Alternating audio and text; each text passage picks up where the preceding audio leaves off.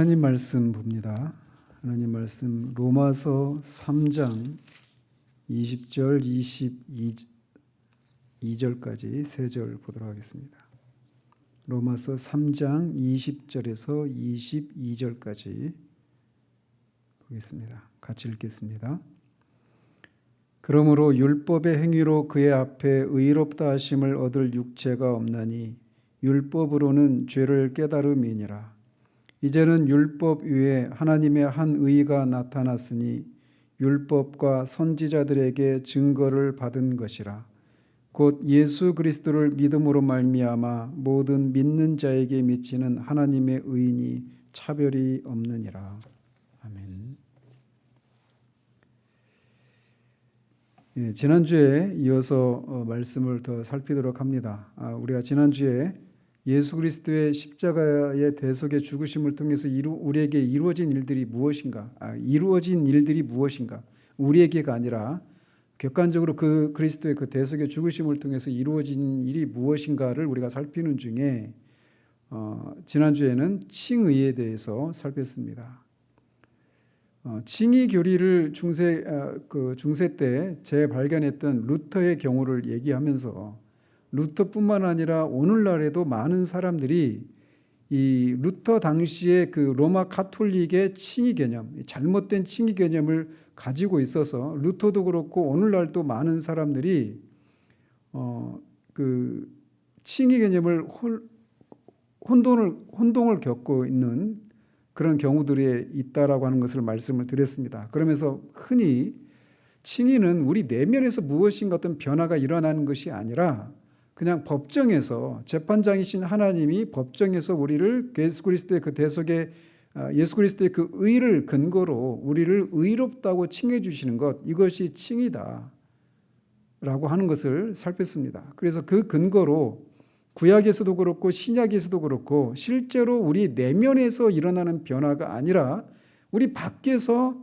법정에서 이렇게 재판관이 의롭다라고 또는 악인이라고 선포할 때 그 선포를 받는 사람의 어떤 존재나 내면이 바뀌는 것이 아니라 그냥 그 재판장과 그 사람과의 관계를 또는 율법과 그 사람과의 관계를 그렇게 선언하는 것에 불과하다라고 하는 것을 신약과 구약을 통해서 우리가 살펴봤습니다. 그래서 오늘은 이제 이 칭의가 구체적으로 그럼 뭐냐라고 하는 것을 오늘 살펴보도록 합니다.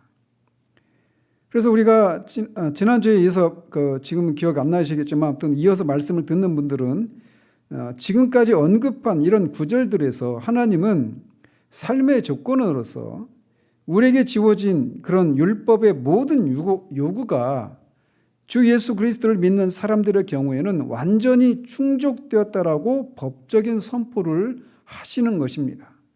그래서 우리가 더 이상 정죄 상태에 있지 않게 되었다라고 말을 하는 것이죠. 그래서 로마서 5장 1절에 그러므로 우리가 믿음으로 의롭다 하심을 받았으니 우리 주 예수 그리스도로 말미암아 하나님과 화평을 누리자라고 말을 합니다. 또 로마서 8장 1절에서도 그러므로 이제 그리스도 예수 안에 있는 자에게는 결코 정죄함이 없나니 이렇게 말을 하는데 왜 그렇게 사도가 확신 가운데 말할 수 있는가? 하나님이 그렇게 선포하셨기 때문인 거예요. 누구를? 예수 그리스도를 믿는 자들을. 그래서 하나님은 율법을 만드신 분이시고 제정하신 분이시고 그리스도가 그 율법을 만족시키셨다라고 말씀하고 있습니다. 로마서 10장 4절에 그리스도는 모든 믿는 자에게 의를 이루기 위하여 율법의 마침이 되시니라 라고 말해서 율법의 요구를 예수 그리스도께서 모두 이루었다라고 말하고 있단 말이죠. 그런데 예수님이 율법의 마침이 되었다. 또 율법이 우리에게 요구하는 것들이 있는데 그 요구하는 것들을 예수님이 우리를 대신해서 그 요구를 다 만족시켰다라고 말할 때 그 율법의 요구 또는 그 예수님이 그 율법의 요구를 모두 만족시켰다라고 말할 때는 두 가지 측면이 있다라는 겁니다. 먼저는 율법은 우리에게 두 가지를 요구합니다. 하나는 뭐냐? 율법은 반드시 지켜야만 한다는 겁니다. 율법은 반드시 지켜야만 해요. 지켜져야만 합니다. 왜? 우주의 재판장이신, 우주의 왕이신 하나님이 율법을 내셨기 때문에 모든 피조물들은, 특별히 도덕적이고 이성적인 피조물의 우리 인간이 그 하나님의 율법을 모두 지켜야 되는 것은 의무인 것입니다. 그리고 그렇게 율법을 지켰을 때는 우리를 생명을 주십니다. 그게 타락하기 전에 아담에게 하나님이 그 선악을 알게 하는 나무와 그 옆에 있는 생명나무를 걸고 하셨던 그 금지 명령 속에 담겨져 있던 그런 명령이었던 거죠. 그런 약속이었던 거죠. 그래서 첫 번째 율법의 요구는 반드시 지켜져야 한다라는 겁니다. 그리고 또 율법이 또 요구하는 게 또 하나 있는데 그게 뭐냐면 소극적인 측면에서 율법을 어긴 자들은 반드시 율법의 요구를 따라서 형벌을 받아야 된다는 겁니다. 율법을 어긴 형벌은 뭐냐? 죽음입니다. 죄의 삭은 사망입니다. 그래서 이 율법의 요구가 두 가지를 요구하고 있어요. 율법을 어긴 사람은 반드시 형벌을 받아야 된다. 율법은 반드시 지켜져야 된다. 그런데 이것이 율법이 요구하는 두 가지인데 그것을 모두 이루셨다는 거예요. 누가?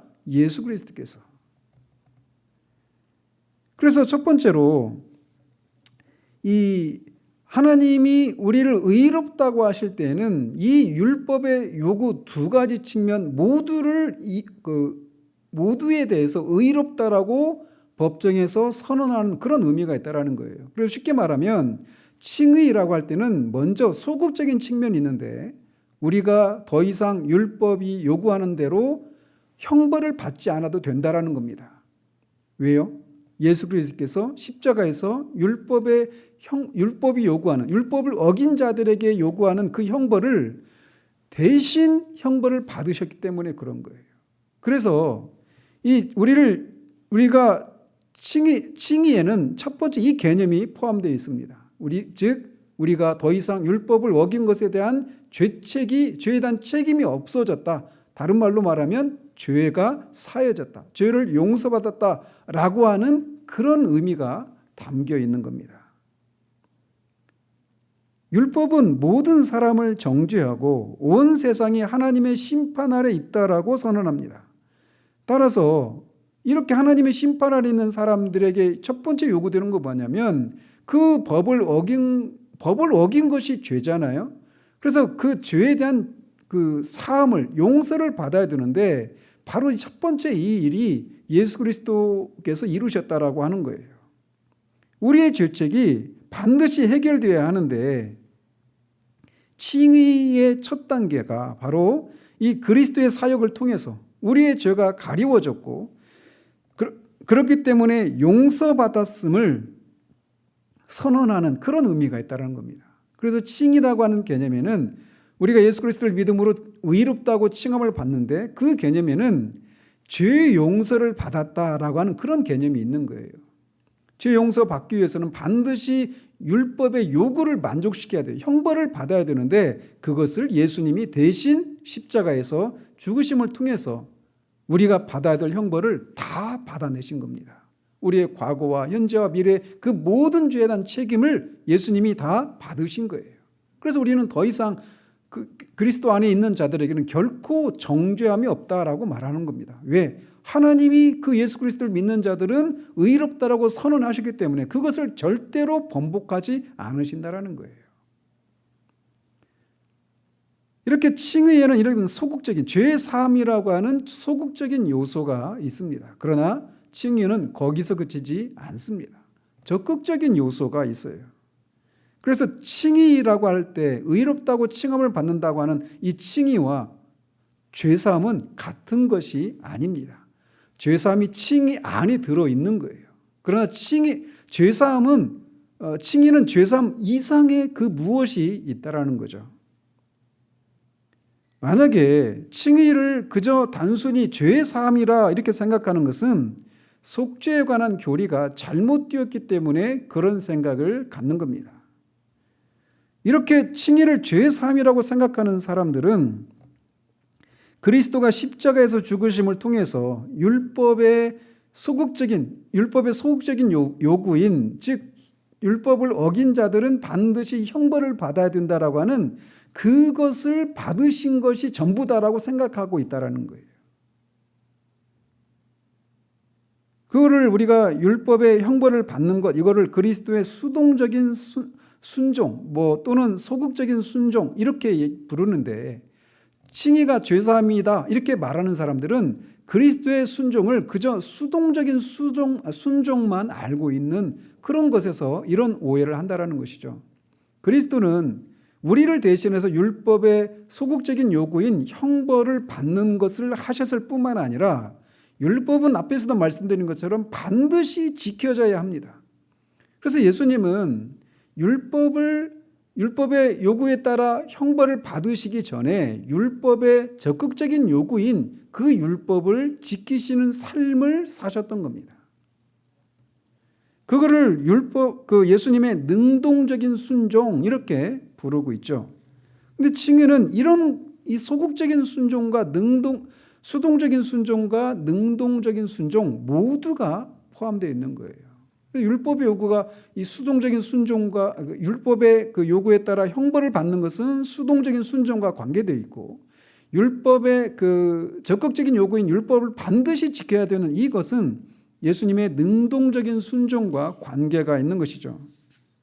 그래서 칭의는 이 율법을 지키셨다라고 하는 그 개념도 포함되어 있는 거예요.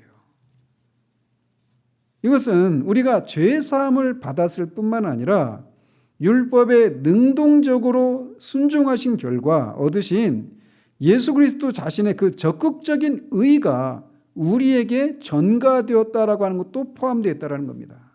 쉬운 예로 말씀을 드리면, 늘 빚에 쪼들리는 사람에게 있는 가장 큰 소망이 뭐겠습니까? 이 빚이 다 없어지는 거예요. 그래서 빚에 쪼들리고 있는 사람이 이제 더 이상 국가가 어떤 사면령을 내려가지고 탕감 정책을 발휘해가지고 지금부터 이제 그 은행에 있었던 그 모든 카드 빚이고 모든 그 빚이 다 탕감받는다고 막 선언을 해버렸어요. 막 얼마나 그 사람에게 말할 수 없는 그런 그 해방감이 찾아올까요? 근데 그게 바로 수동적인 순종이에요. 율법의 형벌을 받는 것, 죄사함을 받는 것, 이게 우리가 갚아야 될 빚을 탕감받는 것에 해당된단 말이죠. 그런데 거기서 그치는 것이 아니라 국가가 우리 통장에 막 돈을 막 10억, 막 수십억, 수백억씩 넣어주는 거예요. 이게 바로 그리스도의 능동적인 순종과 관계된 그런 예라고 할 수 있습니다. 그리스도는 율법을 지키셨고 존중하셨기 때문에 율법의 적극적인 요구를 모두 이루셨어요. 그래서 율법의 두 가지 요구를 예수님은 그분의 삶과 그분의 죽으심을 통해 모두 이루셨단 말이죠. 그런데 놀라운 것은 하나님께서 이렇게 그리스도께서 율법을 적극적으로 순종하셔서 얻으신 그리스도의 의를 그리스도의 것인데 그것을 우리의 것으로 우리 통장에 넣어주시는 거예요. 이게 칭의의 적극적인 요소가 있는 겁니다. 그러니까 하나님이 보실 때 우리를 어떻게 보시느냐, 우리는 죄사함을 받은 사람일 뿐만 아니라 마치 율법을 다 지킨 사람처럼 우리를 그렇게 대해 주시는 거예요. 이게 복음이죠. 이렇게 말하는 우리 안에 어떤 변화가 일어났습니까? 없어요. 칭의에는 이 적극적인 요소가 있다라고 하는 것이 굉장히 중요합니다. 그런데 어리석게도 칭의는 우리의 죄책이 용서받고 그저 타락 이전의 아담과 같은 상태로 회복된 것만을 의미한다고 생각하는 사람들이 많아요. 그래서 만일 그런 생각을 갖고 있는 사람, 즉 칭의는 우리의 죄를 다 용서받고 타락하기 전에 아담의 상태로 돌아가는 것, 그것이 칭의의 전부다, 이렇게 생각하는 사람들이 많단 말이에요. 그런데 만약 그런 사람들의 생각에 따르면 이제 우리가 하나님 앞에 의롭게 되는 것은 우리가 얼마나 율법에 순종하느냐에 달려있는 것이 되는 겁니다. 그래서 그런 견해를 믿는 사람은 하나님은 그리스도로 인해서 당신의 죄를 용서하시며 당신은 용서받았기 때문에 이제 경건한 삶을 살게 될 것입니다. 그렇게 할 때, 즉 경건한 삶을 살게 될 때 하나님은 그 삶을 당신의 것으로 삼아 주실 것입니다. 이렇게 믿는 셈이 되는 거예요. 그런데 그것은 잘못된 거라는 거죠. 칭의에 대해서 우리가 해야 될 일은 아무것도 없습니다. 전적으로 하나님의 행동이에요. 하나님이 예수 그리스도의 적극적인 의를 우리에게 돌리시고 우리의 것으로 삼으시고 그것을 그리스도의 그 의를 우리의 것으로 우리의 계정에 넘겨주시는 거예요. 그래서 단순히 그러니까 그리스도의 의는 어떻게 얻은 거예요? 율법을 지킴으로 얻은 거잖아요. 근데 그리스도의 그리스도의 그 의를 우리의 것으로 넘겨주니까 우리는 어떤 사람이 되느냐? 율법을 지킨 사람이 되는 거예요. 자, 그러면 이 상태는 타락하기 전에 아담의 상태와는 차이가 있죠. 타락하기 전에 아담은 죄는 없었지만 하나님의 뜻, 그때는 문서화된 그런 율법은 없었지만 하나님의 계명을 지켜야만 했잖아요. 그 지켜야만 생명을 얻을 수 있었단 말이에요. 근데 아담은 그렇게 하지 못했어요. 근데 우리는 예수 그리스도를 믿음으로 어떻게 되느냐? 죄의 용서를 받을 뿐만 아니라 율법을 다 지킨 사람으로 여겨주시는 거예요. 왜? 우리 계정에 그리스도의 의가 들어와 있다니까요. 이게 복음이라는 거예요. 그래서 단순히 타락 이전의 아담의 상태로 회복되는 것 이상이라는 것이죠. 그보다 훨씬 더 나아갑니다. 말씀드린 것처럼 아담은 적극적인 의의를 가지고 있지 못했어요. 왜? 그는 하나님의 뜻에 순종하는 것에 실패했기 때문에. 그렇지만 그리스도인은 그 율법을 우리가 지키지 못했는데 우리는 가지고 있는 거예요. 왜요? 그리스도께서 율법을 지키시고 얻으신 그 의를 우리의 것으로 하나님이 간주해 주셨기 때문이에요. 따라서 칭의는 죄의 사함을 훨씬 넘어서는 겁니다. 그것은 소극적인 것이 아니라 적극적인 것이에요. 그래서 우리는 하나님이 보실 때 그리스도의 완벽한 의라고 하는 흠 없는 옷을 입은 사람처럼 그렇게 보이시는 거예요. 이건 성경에 여러 곳에 나옵니다. 오늘 본문에서도 그렇죠. 그러므로 율법의 행위로는 그의 앞에 의롭다 하심을 얻을 육체가 없나니 율법으로는 죄를 깨달음이니라. 이제는 율법 위에 하나님의 한 의가 나타났으니 율법과 선지자들에게 증거를 받은 것이라. 곧 예수 그리스도를 믿음으로 말미암아 모든 믿는 자에게 미치는 하나님의 의인이 차별이 없느니라. 자, 여기 그 20절에서 율법의 행위로는 그 앞에 의롭다 하심을 얻을 육체가 없다 이렇게 말할 때 그것은 율법을 지킴으로 의롭다 하심을 얻을 육체가 없다 이렇게 말하는 거란 말이에요. 그런데 그렇게 할 수 없는데 새로운 의가 나타났다는 겁니다. 그것은 바로 하나님의 한 의가 나타났다는 거예요. 그래서 예수 그리스도를 믿음으로 말미암아 모든 믿는 자에게 미치는 하나님의 의가 있다라는 겁니다. 그것은 우리가 율법을 지켜서 얻은 의가 아니에요. 예수님이 율법을 지킴으로 말미암아 얻으신 의를 하나님이 우리의 것으로 여겨주신, 그래서 하나님이 마련하신 의라는 것이죠. 또 더 분명한 것은 로마서 4장 6절입니다. 일한 것이 없이 하나님께 의로 여기심을 받는 사람의 복에 대해서 다윗이 말한 바 이렇게 말하고 있어요. 일한다라는 얘기는 뭐예요?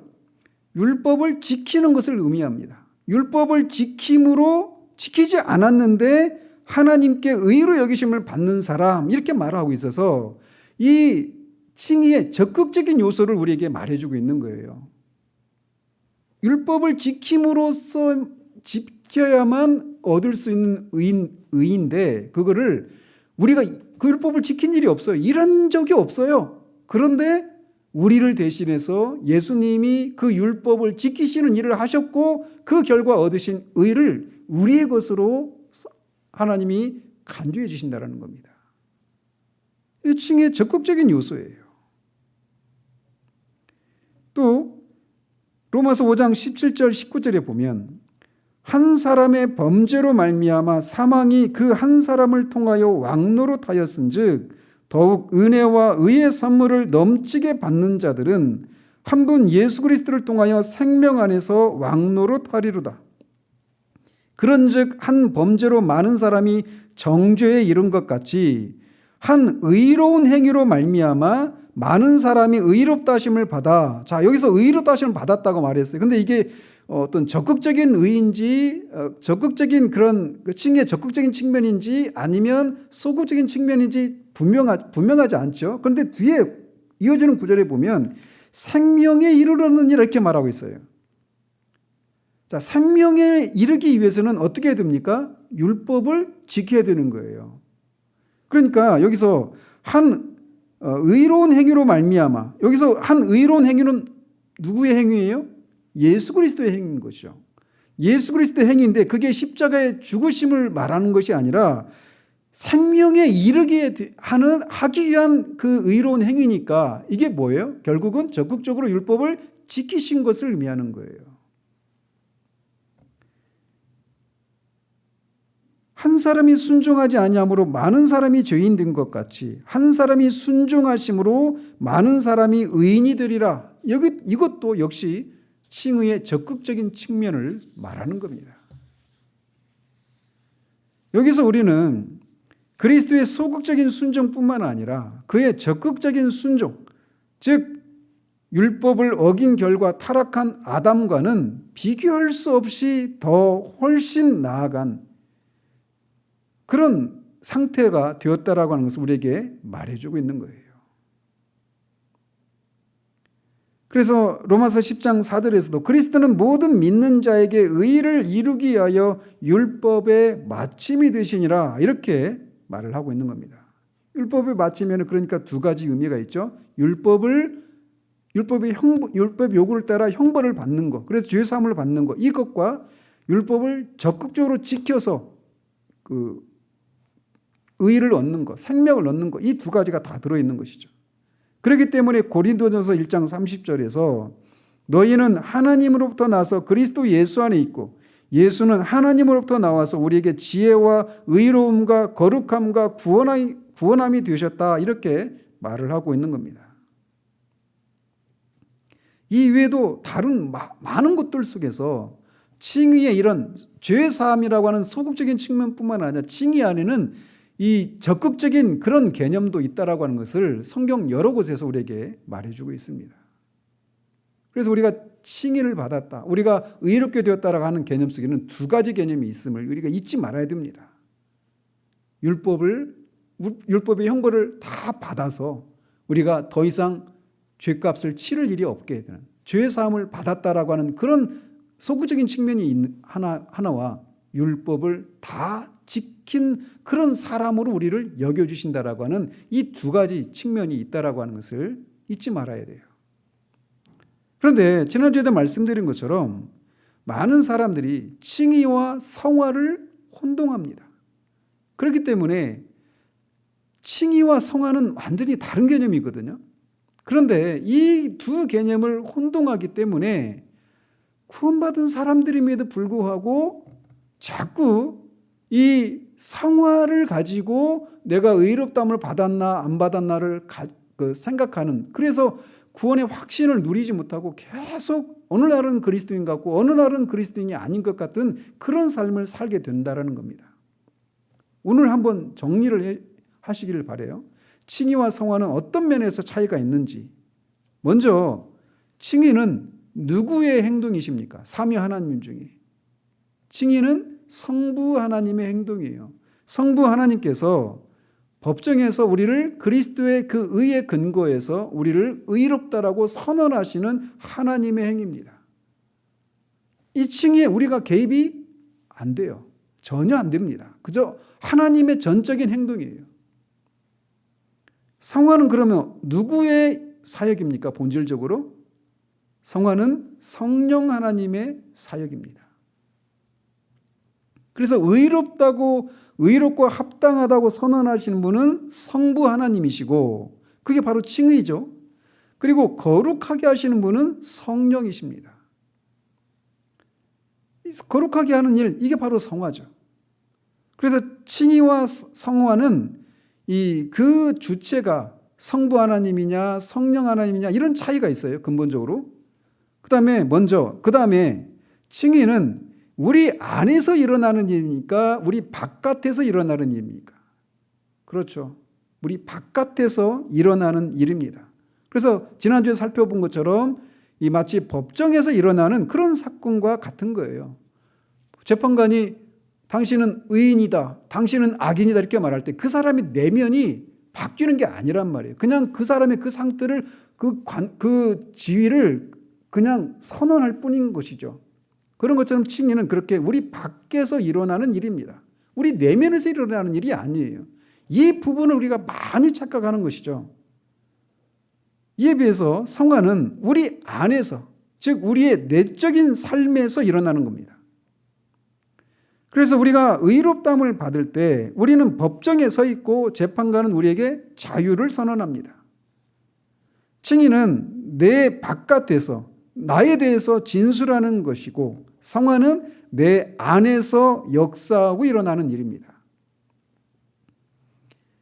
자, 세 번째로 칭의는 죄책을 제거합니다. 죄를 지으면 죄에 대한 책임이 따르죠. 그리고 죄를 지으면 죄에 대한 책임만 생기는 것이 아니라 죄를 지은 것에 대한 그 오염 상태가 생겨나는 거예요. 그래서 죄를 지으면 항상 죄책과 죄 오염이라고 하는 두 가지 요소가 따라오게 되는 거예요. 그래서 우리가 마약을 하면 그 마약 의료법인가 뭔가 그런 법에 저촉이 돼서 그 사람이 죄책을 가지게 되잖아요. 죄인이 되잖아요.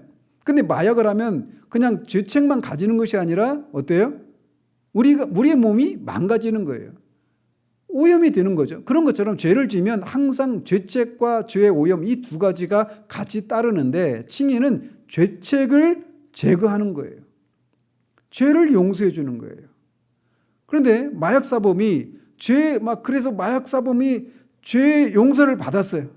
광복절 특사로 죄 용서를 받아서 감옥에서 나왔어요. 그러나 그의 망가진 몸은 여전히 망가진 상태로 있는 거예요. 그 사람을 더 이상 이제 당신은 죄를 묻지 않겠습니다. 죄 용서해 주겠습니다. 이렇게 선언해서 그가 더 이상 죄에 대한 책임이 없는 죄인이 되었지만 그는 여전히 그 마약으로 망가진 몸을 믿고 있단 말이에요. 그래서 그 몸이 회복되는 것이 필요하지 않습니까? 그런 것처럼 성화가 바로 거기에 해당되는 거예요. 죄의 오염을 제거하고 우리를 점점 하나님의 형상으로 새롭게 빚어가는 것, 이것이 성화인 거예요. 칭의는 죄책을 제거하는 것이고 성화는 죄의 오염을 제거하는 것입니다. 그리고 또 네 번째 특징은 칭의는 영단번에 이루어지는 행동입니다. 즉 즉각적으로 이루어지는 일이에요. 언제? 우리가 믿을 때. 우리가 믿는 순간, 그 순간 바로 우리를 의롭다고 해주시는 거예요.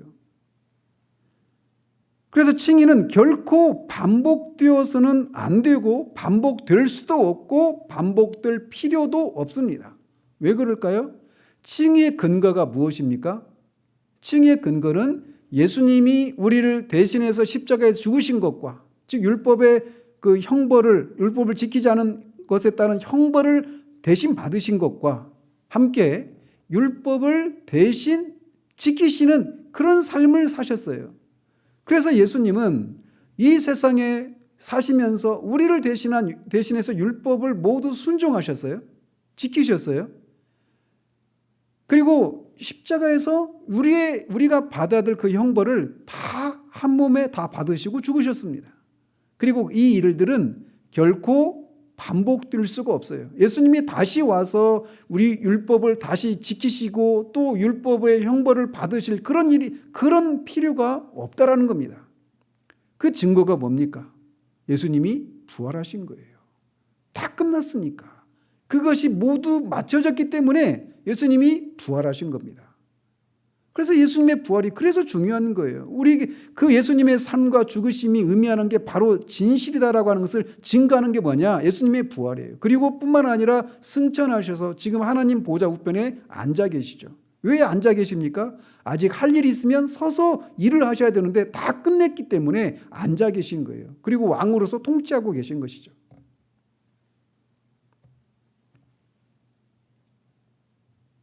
그 일은 이미 끝난 일입니다. 예수님이 더 이상 다시 오실 필요도 없고 또 십자가에 달리실 필요도 없어요. 그 한 번의 삶과 그 죽으심을 통해서 그 모든 율법의 모든 요구가 다 충족되었다라는 거예요. 그리고 그렇게 율법의 요구가 충족되었다고 하시는 분이 누구십니까? 바로 하나님이십니다. 그 하나님이 예수님의 그 삶과 죽으심을 통해서 율법이 모두 충족되었다라고 하나님이 만족하셨기 때문에 그 그리스도의 의에 근거해서 예수 그리스도를 믿는 자들을 너는 의인이다라고 말씀해 주시는 거예요. 그래서 너는 죄 용서를 받았고 율법을 다 지킨 사람이다 이렇게 말씀해 주시는 거예요. 선언해 주시는 거예요. 우리 내면에 뭐가 일어났습니까? 아닙니다. 우리 밖에서 그리스도께서 하신 일들의 근거에서 그렇게 선언해 주시는 거예요. 그래서 그 일은 순간적인 일인 거예요. 우리가 예수 그리스도를 믿을 때 그 순간 바로 일어나는 것이고 그리고 그 효력은 이후로도 계속됩니다. 칭의는 반복되지 않아요.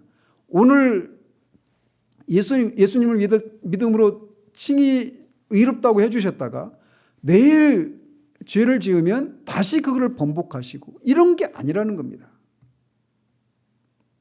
원스 머린, 포레버 머린 이런 얘기 하잖아요. 한 번 해병은 영원한 해병 이렇게 말하잖아요. 많은 사람들이 오늘날 이 이신칭의 교리를 남용하는 것 때문에 한 번 예수를 믿으면 영원히 구원받는 것이 정말 가능하냐 이렇게 질문을 던지면서 이 사람들을 막 불안하게 하는데 하나님은 그렇다라고 말씀하십니다. 우리가 정말 예수님을 믿는 정말 그 믿음이 진실한 것이라면 한 번 예수님을 믿는 사람은 영원히 그 지위에서 떨어지지 않습니다. 왜요? 우리의 어떤 행위에서 의롭게 된 것이 아니라 이미 한 번 다 이루어졌고 그 삶과 죽으심이 의미하는 바가 바로 그렇게 우리를 의롭게 하시기 위한 그런 삶과 죽음이었다라고 그리고 그것을 만족시켰다고 선언하신 분이 하나님이시기 때문에 그 하나님의 선언은 예수 그리스도의 그 삶과 죽으심이 의미하는 바 그 이루어진 바 그 일들이 결코 변개되거나 바뀌지 않기 때문에 그것을 믿는 우리의 지위도 영원히 변함이 없습니다. 그래서 처음 우리가 예수 그리스도를 믿었을 때 처음 의롭게 됐을 때 그 상태나 영화 상태 가운데서의 의로운 상태나 그런 의미에서는 변함이 없어요. 사도 바울이 의로운 정도나 우리가 의롭게 된 정도나 똑같습니다. 칭의는 과정이 아닙니다. 하나님이 우리를 영단번에 의롭다고 선포하시는 거예요. 반면에 성화는 끊임없는 과정입니다. 그래서 우리가 수건을 벗고 완전하게 될 때까지 주님의 은혜와 그를 아는 지식에서 계속 자라가야 하는 거예요. 그런데 많은 사람들이 칭의와 성화를 그렇게 성화를 생각하면서 지난주에도 말씀드린 것처럼 당신이 구원받았다고 어떻게 생각하느냐 이렇게 물었을 때 많은 사람들이 내가 그 예수님 믿고 이전에 했던 죄를 더 이상 안 짓고 이전에 살지 않았던 그런 경건하고 거룩한 삶을 사는 어떤 삶의 변화를 자신이 어떤 의롭게 된 근거로 그렇게 제시하는데 그거는 칭의와 성화를 혼동하고 있기 때문에 그렇게 말하는 거예요. 그렇게 혼동하고 있는 동안에는 내 자신의 삶을 돌아보면서 내 내면이 내 삶이 그렇게 거룩해지고 의로운 삶을 살아가고 있는 것 같으면 다른 말로 말하면 성화의 삶을 살아가고 있는 날에는 내가 그리스도인 같고 그렇지 않을 때는 그리스도인이 아닌 것처럼 생각하면서 구원의 확신을 끊임없이 자신의 상태, 자신의 내면, 자신의 삶의 근거에서 구원의 근거를 찾으니까 확신을 갖지 못하는 거예요. 확신이 없는 삶 가운데 어떤 기쁨이 있겠고 충성이 있겠고 어떤 평안이 있을 수 있겠습니까? 칭의와 성화는 이런 면에서 차이가 있는 거예요. 칭의와 성화의 본질적인 차이를 오해한 것이 바로 로마 가톨릭의 가르침이고 여전히 지금 오늘날에도 이런 사람들이 왕왕 있다라는 거죠.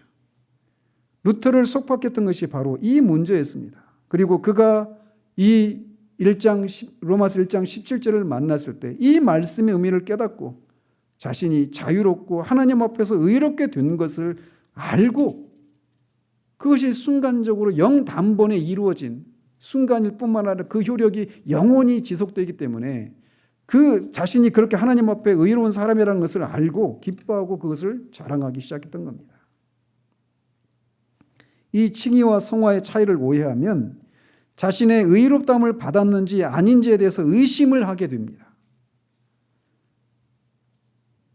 하지만 칭의가 법정적이고 외부적이고 선언적이라고 하는 것을 깨달으면, 즉 우리의 내면과 관계된 것이 아니라고 하는 사실들을 깨닫게 된다면, 그리고 의롭게 되는 것이 이미 영 단번에 이루어진 예수 그리스도의 죽으심과 그 삶이 완전하고 더 이상 보탤 것도 없고 뺄 것도 없고 반복될 필요가 없이 완전한 것처럼, 그것에 완전한 그 의의 근거에서 우리를 의롭다고 하나님이 선언해 주셨기 때문에 우리의 죄가 결코 우리의 내면의 상태에 따라 바뀌지 않는다라고 하는 것에서 오는 그런 확신을 가지게 되는 거예요. 그렇다면 칭의는 어떻게 일어나는가? 그것은 전적으로 하나님의 행동이라는 겁니다. 이것을 잊지 마십시오. 우리가 칭의는 믿음으로 칭의가 이루어진다 이렇게 말할 때 그 용어도 굉장히 조심해서 사용을 해야 됩니다. 칭의는 전적으로 하나님의 행동입니다. 그것은 오직 하나님만이 하시는 일이에요. 우리는 우리의 칭의에 대해서 아무것도 하지 않습니다. 그것은 전적으로 우리에 대한 하나님의 일방적인 선포예요. 우리는 그것을 알고 믿음으로 받아들일 뿐입니다. 칭의의 근거는 우리의 믿음이 아니라 그리스도의 의입니다.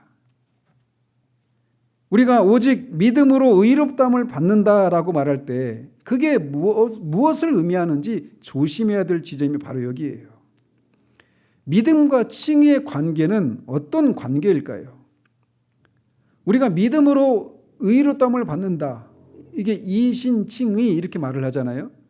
근데 믿음과 칭의는 어떤 관계냐? 우리가 믿음으로 칭의를 받는다, 의롭다함을 받는다라고 말할 때 우리가 조심해야 될 것은 우리가 믿은 것 때문에 의롭다함을 받는다는 것이 아니라는 사실입니다. 만일 우리가 우리의 믿음 때문에 혹은 우리가 믿음을 발휘하기 때문에 의롭다함을 받는다라면 우리의 구원은 분명히 믿음을 행사하는, 믿음을 발휘하는 그 우리의 행위에 의해서 의롭다라고 하나님이 하신다 이렇게 말하는 셈이 되는 거예요. 그래서 성경은 우리가 우리의 믿음 때문에 혹은 우리가 믿음을 발휘하고 있기 때문에 의롭다함을 받는다 이렇게 말하지 않고 우리가 믿음으로 의롭다함을 받는다라고 말합니다. 영어로 말하면 by faith예요. by faith. 이 말은 믿음은 단지 하나님이 나에게 주시는 의를 받아들이는 도구일 뿐이라는 그런 의미인 것입니다. 성경적인 가르침은 우리의 믿음이 칭의의 근거가 아니라는 거예요.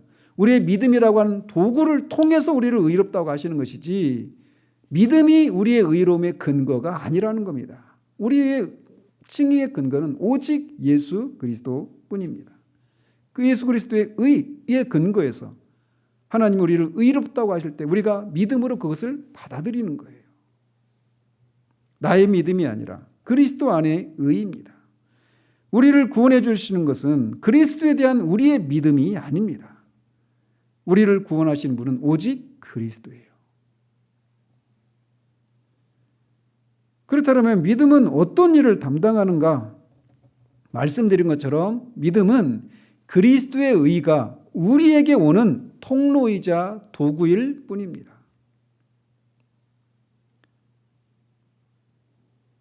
하나님은 우리를 새롭게 태어나게 하시고, 즉 거듭나게 하시고 믿을 수 있는 능력을 주셔서 우리가 믿음을 발휘할 수 있게 해주십니다. 이 일에 있어서 우리는 아무런 하는 일이 없어요. 그래서 이렇게 믿음을 발휘함으로써 우리는 하나님이 우리에게 전가하시는 의를 받는 겁니다. 이 모든 것은 하나님으로부터 옵니다. 너희는 그 은혜에 의하여 믿음으로 말미암아 구원을 받았나니 이것은 너희에게서 난 것이 아니요 하나님의 선물이라 라고 말하면서 믿음이 하나님의 선물이라고 말합니다. 그래서 우리가 믿음의 선물을 받지 않았다면 그리스도의 의를 받지 못했을 것입니다. 하지만 우리는 우리 믿음에 의해서가 아니라 그리스도의 의에 의해서 의롭다함을 받는 겁니다. 믿음은 그리스도의 의가 우리에게 옮겨지는, 전가되는 통로요 수단일 뿐이에요. 그리고 그 믿음도 하나님이 우리에게 주시는 선물입니다. 그러면 이런 질문을 할 수 있잖아요. 그러면은 우리를 그렇게 그 믿음이라고 하는 선물을 우리에게 주실 때까지 우리는 믿을 수가 없지 않습니까? 이렇게 반문할 수 있잖아요. 그래서 많은 사람들이 그것을 그냥 마냥 기다립니다. 그런 일이 일어날 때까지. 마치 하나님에게 책임이 있는 것처럼. 어떻게 얘기를 해야 될까요? 결국 그 사건에서 우리가 그 힌트를 얻을 수 있는데 예수님이 한편 손 마른 사람이 있었어요. 누가복음에 나오죠. 한쪽 손 마른 사람이 있어서 손을 펴지를 못해요. 근데 예수님 앞에 나왔어요. 왜 나왔습니까? 예수님이 병든 자를 고쳐주신다라고 하는 믿음이 있었던 거예요. 그것을 믿고 나온 겁니다. 그 소문을 듣고 나온 거예요. 그래서 그게 나왔는데 예수님이 사람들 앞에 그를 세우시고 손이 한편 손이 말라가지고 펼 수 없는 사람에게 예수님이 뭐라고 말하셨습니까? 내 손을 내밀라 이렇게 말씀하셨어요. 자, 그럴 때 믿음이라고 하는 선물을 하나님이 주셔야만 내가 예수님을 믿습니다. 믿을 수 있습니다. 이렇게 말하는 사람이 그 사건 속에서 자신의 처지를, 자신의 그 위치를 내가 어떤 태도를 취해야 되는가를 힌트를 얻을 수 있단 말이에요. 그 사람은 예수님이 네 한편 손을 내밀라 이렇게 말씀하셨을 때 아니 예수님 내가 손이 말라서 펼 수 없는 상황인데 어떻게 나보고 손을 내밀라고 하십니까? 먼저 내밀 수 있도록 해 주셔야만 내가 내밀 수 있지 않습니까? 이렇게 했습니까? 아닙니다. 어떻게 했어요? 그렇게 말씀하시니까 그렇게 말씀하신 예수님이 자신을 고쳐주실 것이라고 하는 것을 믿고 그냥 그 순간 그 믿음에 순종해서 발을 내밀었더니 진짜 펴진 거예요. 이게 무슨 말이냐? 예수님을 믿으면 죄 용서를 받고 율법을 다 지켜서 얻으신 그 의를 생명을 우리에게 주신다라고 말씀하셔요. 누가? 하나님이. 근데 그 하나님이 주 예수를 믿으라 그리하면 너와 내 집이 구원을 얻으리 이렇게 말씀하신단 말이에요. 그럴 때 우리가 그 한편 손 마른 사람처럼 믿을 수 있도록 나를 도와주셔야 내가 믿지. 그걸 믿음의 선물을 주시지 않고 또 믿으라고 하십니까? 이렇게 말할 수가 없다라는 거예요. 그렇게 하나님이 말씀하실 때, 복음의 초청을 하실 때 우리가 그렇게 말씀하시는 분이 하나님이시고 거짓말하실 수 없는 분이시기 때문에, 그리고 하나님이 그렇게 의롭다고 하시는 근거가 바로 예수 그리스도의 삶과 죽으심을 통해서 완전하게 이루신 그 하나님을 만족시킨 율법의 요구를 모두 만족시킨 그것에 근거한 완전한 그런 완벽한 그 근거에 의해서 우리를 의롭다고 하시기 때문에 그것을 믿고 그 복음의 초청에 받아들이는 겁니다. 내가 예수님을 믿습니다. 하나님이 말씀하신 그 말씀을 믿습니다라고 그렇게 믿음을 발휘하는 거예요. 그때 한편 손 마른 사람이, 펼 수 없는 사람이 그 말씀을 믿고 손을 펴려고 내밀었을 때 그 전까지 펴지지 않았던 손이 그 순간 펴진 겁니다.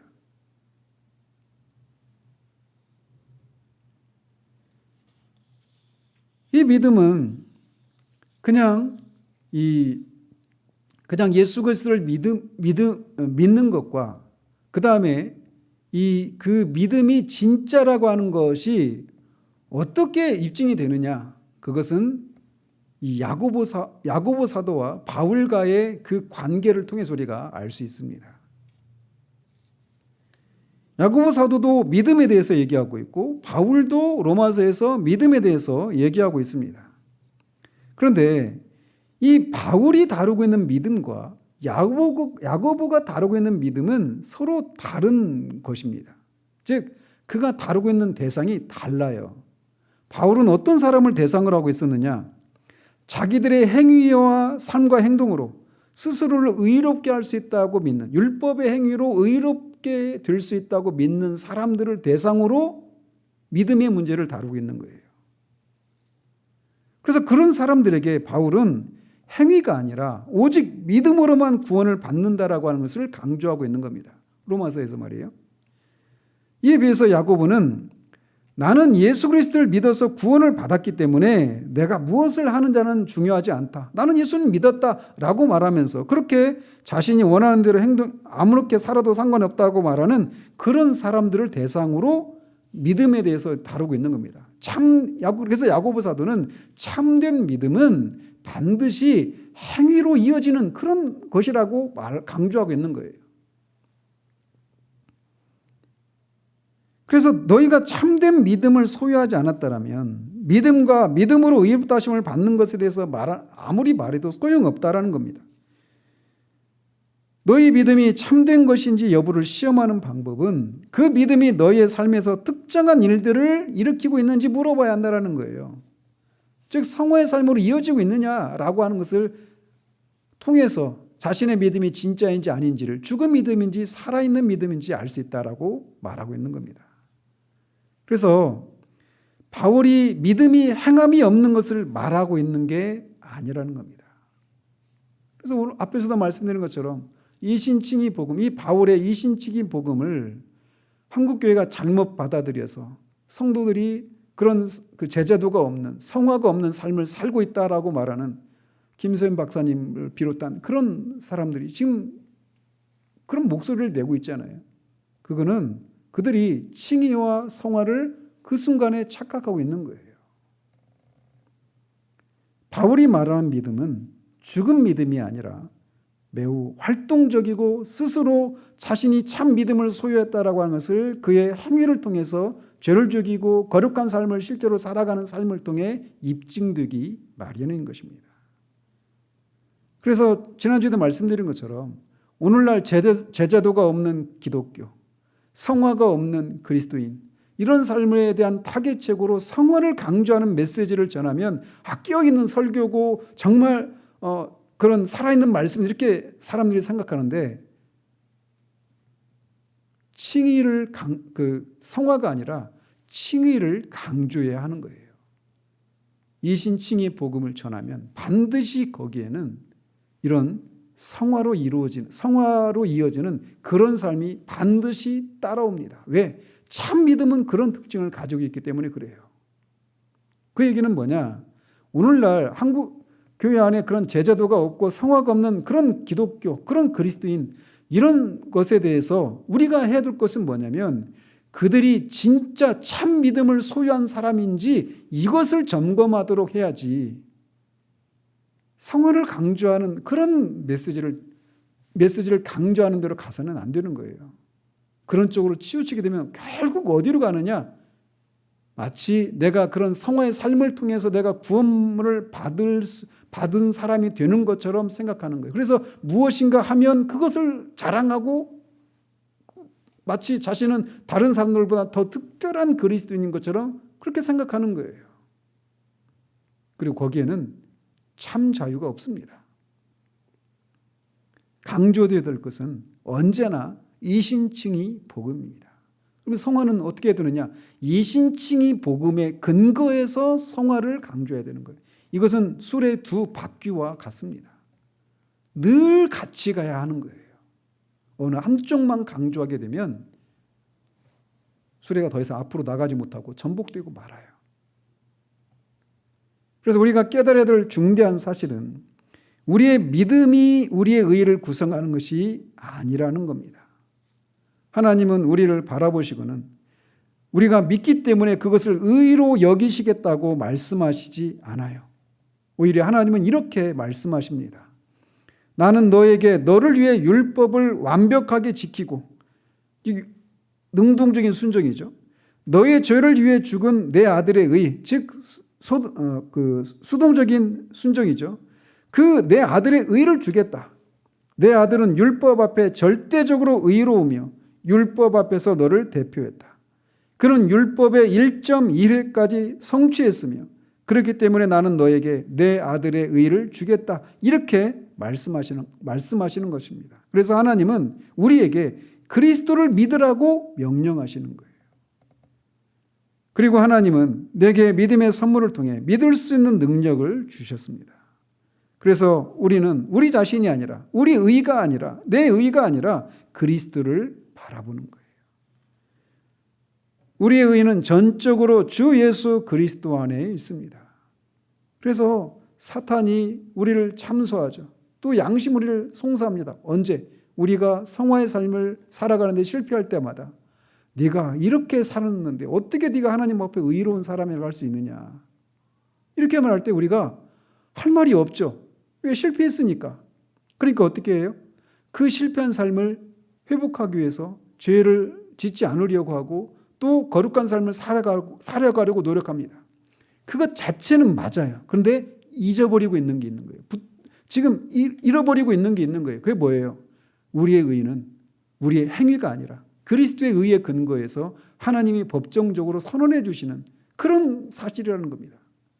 그러면 그렇게 우리가 죄에 대해서 실패할 때, 성화에 실패할 때 우리가 어떻게 해야 됩니까? 양심이 우리를 송사하고 사탄이 우리를 참사하며 그런 행위들을 보면서 네가 어떻게 이러는데 어떻게 구원받은 사람이라고 할 수 있느냐? 네가 어떻게 하나님 앞에 의로운 사람이라고 할 수 있느냐? 이렇게 말을 할 때 우리는 어떻게 해야 돼요? 일단은 정직하게 그래 내가 실패했다. 이건 내가 분명히 잘못했고 이건 죄다. 그러나 내가 의롭게 되는 근거는 이런 내 행위가 아니라 예수 그리스도 십자가에 죽으시고 나를 위해서 사셨던 그 예수 그리스도의 그 의의 근거에서 나를 의롭다 하셨고 그것은 영단번에 이루어진 일이다. 그 믿음을 발해야 되는 거예요. 우리 내면을 바라보는 것이 아니라 사탄이 우리를 참소할 때마다 양심 우리를 송사할 때마다 우리는 끊임없이 그리스도를 바라봐야 합니다. 그리고 그 그리스도의 의의 근거에서 우리를 의롭다고 선언해 주신 이미 영단번에 이루어진 그 하나님의 그 선언을 우리가 끝까지 붙들고 있어야 돼요. 왜요? 앞에서도 말씀드린 것처럼 하나님 우리를 의롭다고 하신 이 일들은 결코 반복되거나 초래될 수가 없는 겁니다. 왜 그렇게 할 수가 없어요? 이미 그리스도께서 이루신 일들이 완벽하게 끝나버렸기 때문에 그런 거예요. 그래서 하나님은 우리의 죄에 대한 책임을 더 이상 묻지 않으십니다. 이거를 전능한 망각 이렇게 불러요. 하나님, 그래서 로이 존스는 더 적극적으로 하나님조차도 이렇게 말을 해요. 하나님조차도 감히 이런 표현을 쓰면서 그렇게 말하는 거예요. 하나님조차도 우리를 의롭다고 하신 그리스도의 의에 근거해서 우리를 의롭다고 하신 하나님조차도 하나님이 우리가 어떤 그 죄를 인해서 우리를 다시 우리가 의롭지 않다라고 하실 수 없다. 이렇게 말하는 거예요. 하나님을 향해서 감히 그런 표현을 쓰면서까지 말이죠. 이 확신이 우리를 그냥 방종한 삶으로 살게 만드는 것이 아니라 그렇게 죄를 범하고 실패했는데도 여전히 그리스도의 의에 근거해서 우리를 여전히 그렇게 죄 용서를 완벽하게 받은 사람이고 또 율법을 다 지킨 그런 사람으로 그렇게 우리를 여겨주시는 그 하나님의 불변하는 사랑을 우리가 발견하면서 거기에서 그 사랑을 인해서 변함없는 사랑을 인해서 우리가 성화의 삶을 살아가는 거예요. 죄를 혐오하고 하나님을 위해서 어떤 대가를 치르더라도 기꺼이 경건하고 거룩한 삶을 하나님의 뜻을 이루고자 하는 삶을 살아내는 겁니다. 그러므로 언제나 우리는 이 칭의의 복음으로 돌아와야 하는 거예요. 이렇게 그리스도의 십자가의 대속의 죽음을 통해서 이루어지는 게 뭐냐? 화평, 구속, 칭의. 우리가 이것을 살펴보았습니다. 그 다음에 또 어떤 일이 일어나는가? 다음 주에 이어서 살펴보도록 하겠습니다. 기도하겠습니다. 하나님 아버지, 우리가 지난주와 이번 주에 걸쳐서 칭의에 대해서 살펴보았습니다. 칭의와 성화를 혼동하는 데서 오는 구원의 확신을 누리지 못하는 그런 신뢰들이 비단 루터에게만이 아니라 오늘날 우리들에게도 많이 있음을 봅니다.